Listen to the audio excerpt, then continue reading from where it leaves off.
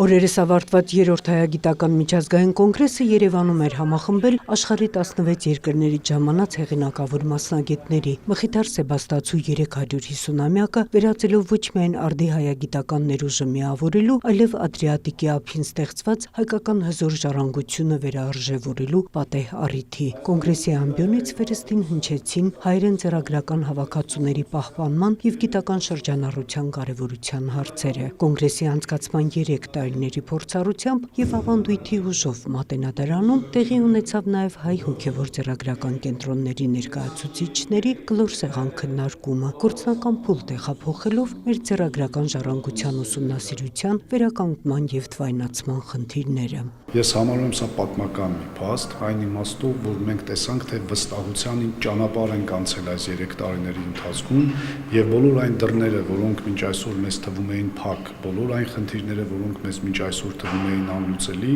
այլևս դռները բաց են, այլևս խնդիրները համատեղ լուծելու հանձնառություն եւ կամք կա եւ սրանք զուտ խոսքեր չեն, որովհետեւ արդեն բոլոր մեր հոգեվոր ձեռագրական կենտրոններից կոնկրետ առաջարկներ ունենք եւ բոլորը պատրաստ են մեզ հետ ստորագրելու համագործակցության փաստաթղթեր։ Մխիթարյան միաբանների ինտելեկտուալ եւ ստեղծագործական ներուժը լավագույնս ներկայացված է հայագիտական կոնգրեսի օրակարգում։ Միաբանության Վիեննայի մասնաճյուղն իր 200-ամյա պատմությամբ եւ 2700-ից ավելի նմուշ ձեռագրական բացառիկ հավաքածուով պահպանում է հավատարմությունը միաբանների ավանդույթին եւ բացի հայ մամուլի թվայնացման հսկայածավալ ծրագրից, այս տարի Մխիթար Աբահոր 350-ամյակի առիթով հոբելյանական հրատարակությունների նոր շարք է սկսել։ Հadouk հրատարակություն կամ թիվ բիդիելե հանդես ամսորիայի նվիրված այս հոբելյանին, նաև մեր երեց հայրերեն մեկը հայր